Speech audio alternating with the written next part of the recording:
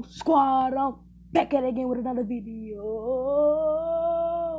And today, we got another reaction for y'all. Rocking the Eagles hoodie. But anyway, we got another reaction for y'all. Have you ever went to a carnival and they basically schemed y'all for your bread, for your money, your moolah? But this is the ones that they scheme you for. That's how you win. This is how you win. How they rip you off. How they feed me. This is how you win. No more losing at carnivals. You like this. Jokes on you. Give me my teddy bear. Give me my teddy bear. My money not wasted. You know what I mean? So let's hop right into this video. This video is about Mark Robbery. When I check his YouTube channel out. It's called link be in the. You want to check this video out? Link be in the description. Don't forget to share. It's called. Make sure you share. Road to 100 subs is on the way. Share, like, comment what you want to see, because I interact with every comment. So if you comment, I'll see what you like and we'll do that. I mean, challenge is coming on the way. Somebody in the all that coming on the way. Let's get to it. But also, subscribe if you're new. If you're not part of the jail squad, we're the best squad in the league. Best squad out here. So subscribe. Let's get to it, man. Let's get to it. Anyway, this is how they rip you off. This is how you win. Let's get to it.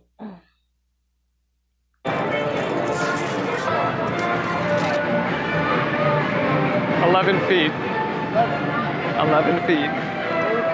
It's no secret that carnivals exist to make money, and to do that most effectively, they employ a bunch of little tricks to make you overestimate your chances of winning, in some cases to such an extent that it's basically a scam. So I spent a couple days coming down to this amusement park and observing and collecting data on all of the carnival games. So today I'm going to tell you which games are the biggest ripoffs and the scientific reasons why. I even Nancy Drew'd how much the carnival actually pays for the prizes that people can win. But there is hope, because I'll also show you some legitimate tricks on how to win the most popular games, along with what happens when you show up to the carnival with your professional baseball playing buddy who happens to play for the New York Mets.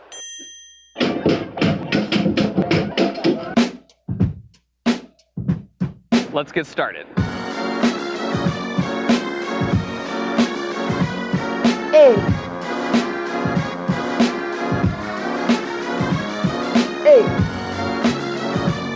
Any kind of legitimate investigation needs to start with solid data as the foundation. So with the promise of unlimited churros, I had some friends secretly help me collect data on all 24 carnival games for a full day. Not only did we capture how many times each game was played, but we also recorded how many times people actually won each game and the prize they won. And so the first observation, based on the data we collected, is that this relatively small park collects $20,000 a day off their carnival games alone. So to help frame the rest of the observations, we'll divide the games into three groups. The first group, you've got the random chance games. Games like these, where no skill is involved and you're basically just rolling dice. And for the second group, you have your skill-based games, like the basketball shot, or the milk bottle throw, or the basket toss game, where if you bring some kind of skill or strategy to the table, you can increase your chances of winning. And the final category are the games that are pretty much impossible. These ones are borderline scams. There are three games in this category that lots of people attempted and nobody won. And if they did win, like in the case of the ladder climb, it was for a very specific reason, which I will address later.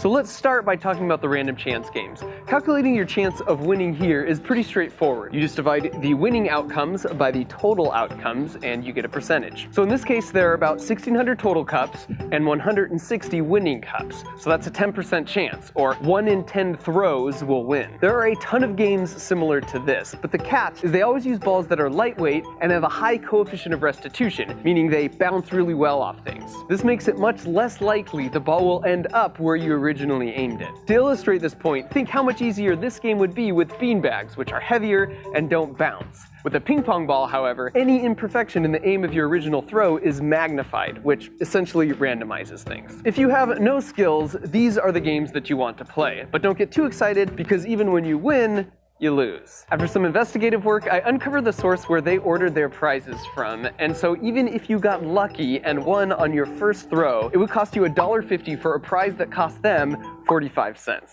But you usually don't What? get it on your first try, so treating this as an expected value problem in statistics, it would take you an average of 5 times to land it in a yellow cup, which means you pay $7.50 for something that cost them 45 cents. In the case of the big prize, by landing it in the super rare gold cup, it's even worse. It would take you an average of 25 tries, which works out to $38 for something that cost them $6. And I'll add, the number of people we observed winning matched up pretty well with these statistical predictions. Now let's talk about the second group, which are the skill-based games. And one of the most popular in this category is the basketball toss, with 825 plays the day that we observed. Now a standard three-pointer is 24 feet back on a rim that is 10 feet off the ground. But in this case, the line is 28 feet back on a rim that is 11 feet off the ground, which is subtle, but if you have a deadly three-pointer locked into your muscle memory, you will tend to miss short, which is exactly what we saw a bunch. The reason they have the big slope tarp in front is so that someone can't stand directly underneath the rim, where the height difference would be much more apparent. And here again, even if you go Steph Curry and drain your first $3 shot, you still lose because they only paid 80 cents for that basketball. Here's another example of getting you to overestimate your chances of winning by making subtle changes because the table is slanted up slightly, which will reduce the horizontal velocity of the ball after the bounce. So even if you dominated this game all through college, your previous experience almost becomes a handicap.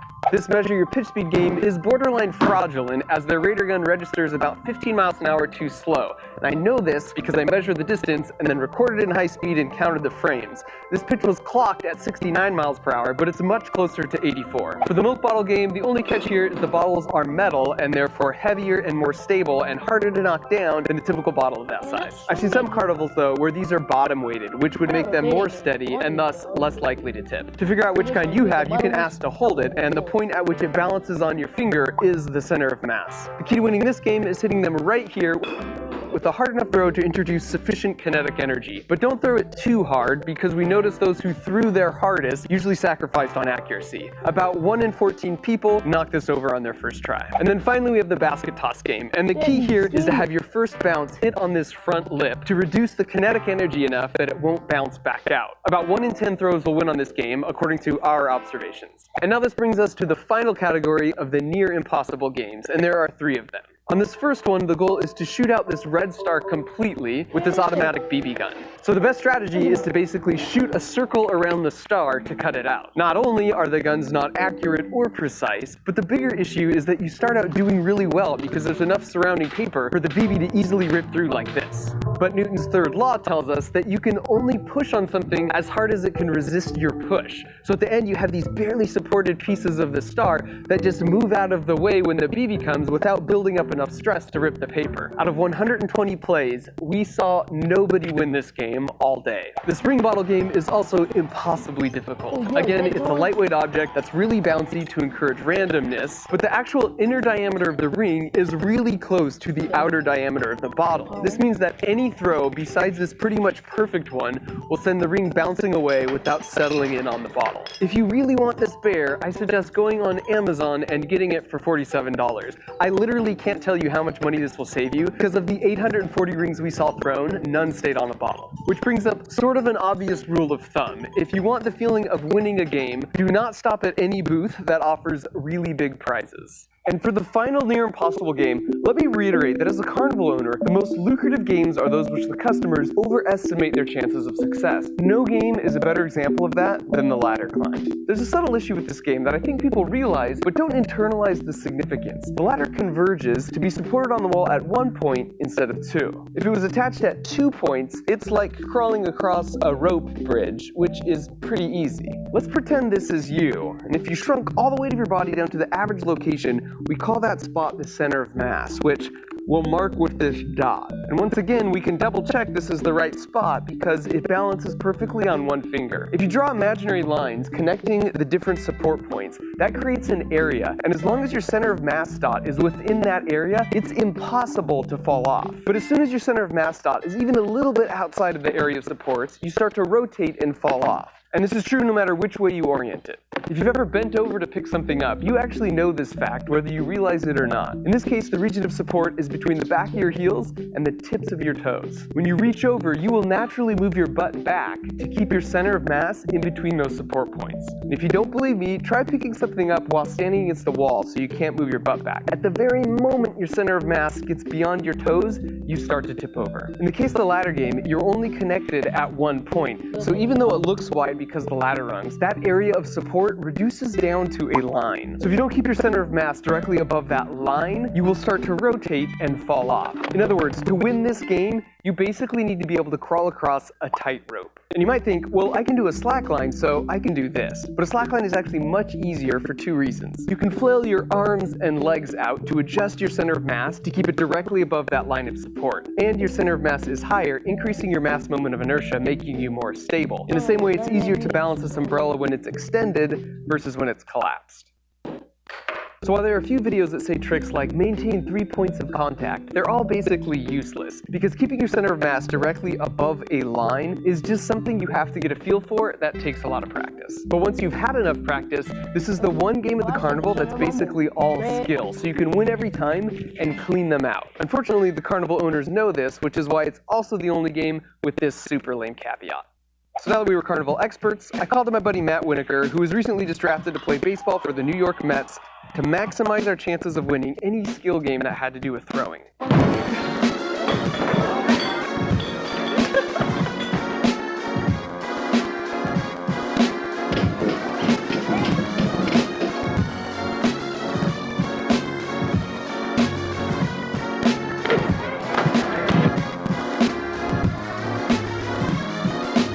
So clearly Matt had a deadly lock on any throwing game, but basketball is more my game. So to finish off the day, I decided I would bring his ego back into check. But as it turns out, if you are a world-class athlete in one sport, you are a really, really good athlete in all sports. So in conclusion, you should play the games if you think they're fun. Just know the odds are heavily stacked against you, so if you lose, it's NBD. Unlike this guy, who lost his entire life savings playing carnival games. And if your motivation is to gain the love and admiration of someone special via a stuffed animal like this, you don't need carnival games to do that. Amazon works totally just as well. I just bought this for you, my lady.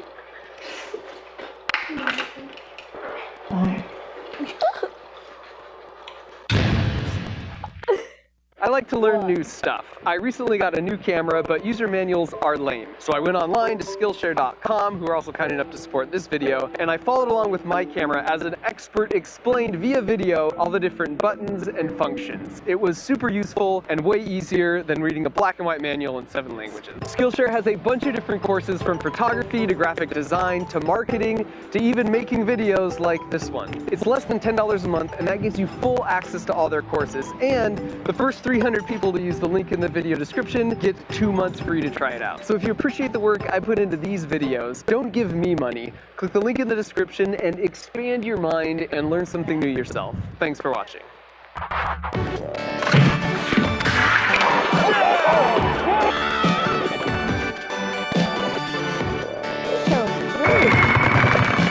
Yeah. Bro, you heard it? Nobody stopped me. Stop me when the snowball fight. Like, I mean, like nobody stopped me.